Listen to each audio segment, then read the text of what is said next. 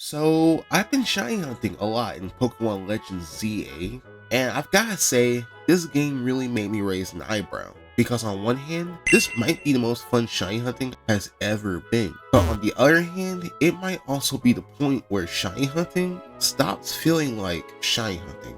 Yeah, I know, that's a really bold claim, but hear me out.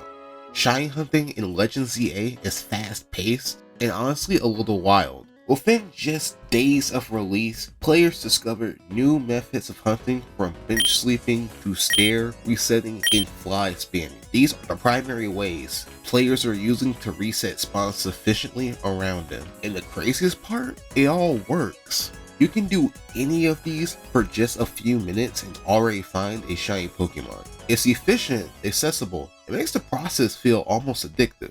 I'll be the first to admit, Legends ZA made shiny hunting better in some big ways. There's no awkward despawn radius like in Scarlet and Violet where Pokemon just pop in and out of existence. And you don't even have to worry about accidentally despawning a shiny because the game saves 10 shiny Pokemon for you, making it almost impossible to fail any shiny Pokemon. The shiny chime is back, and shiny Pokemon have continuous sparkles and a shiny icon. It's almost as if Pokemon Scarlet and Violet should have had all this from the start. For new shiny hunters, this is easily the most approachable it's ever been. But that's where the problem begins. When shinies become too common, they start to lose their magic. Older shiny hunt had that suspense factor, that slow, steady build-up where every encounter added tension until you finally saw that sparkle. In Legends ZA, that build-up doesn't really exist. You reload, refresh, re-roll, repeat, and boom, a shiny appears usually after a few minutes.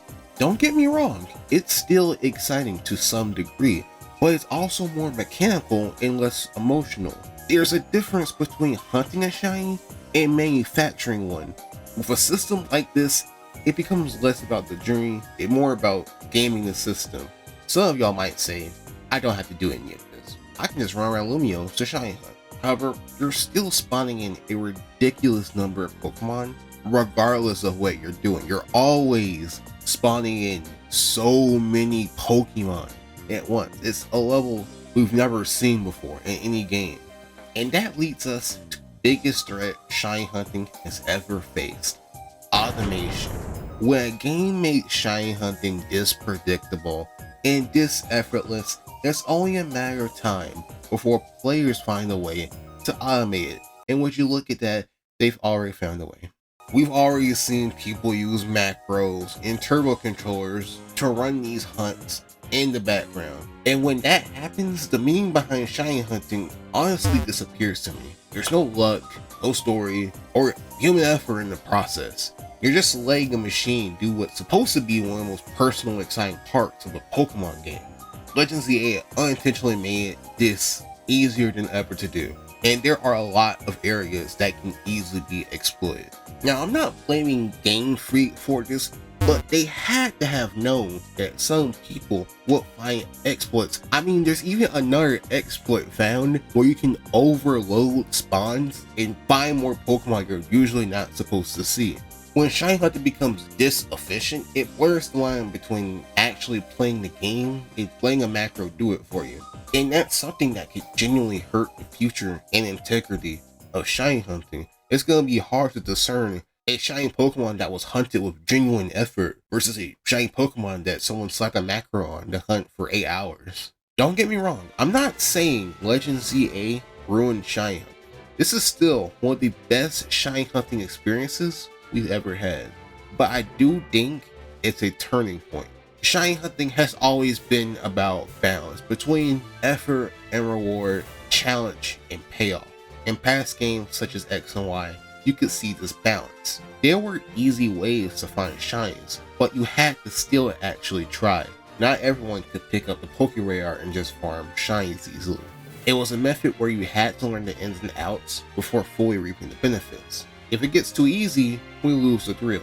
But if it gets too hard, people give up before it builds up to anything. So what's the fix? I think if they're going to lean into making shiny hunting easier, they should offer ways to shake things up.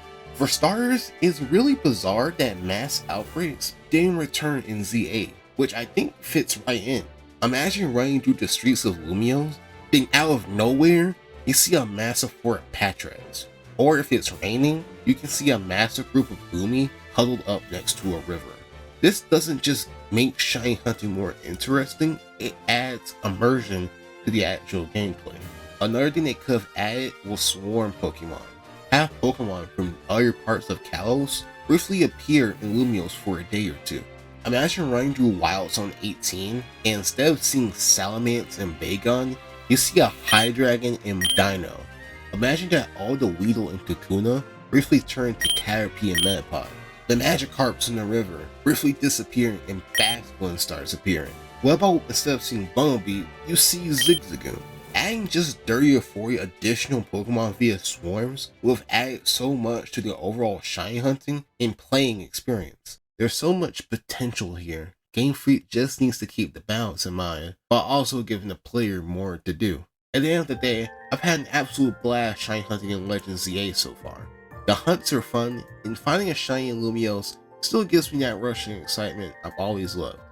But we've reached a crossroad. Legends ZA has shown how good and how dangerous shiny hunting can become when efficiency replaces adventure. So I'll leave it to you. Did Legends ZA make shiny hunting too easy, or did it finally make it perfect? Let me know below in the comments. I really love to hear your thoughts. If you enjoyed the video, make sure to leave a like and subscribe to the channel for more content like this. And as always, happy shiny hunting. See ya.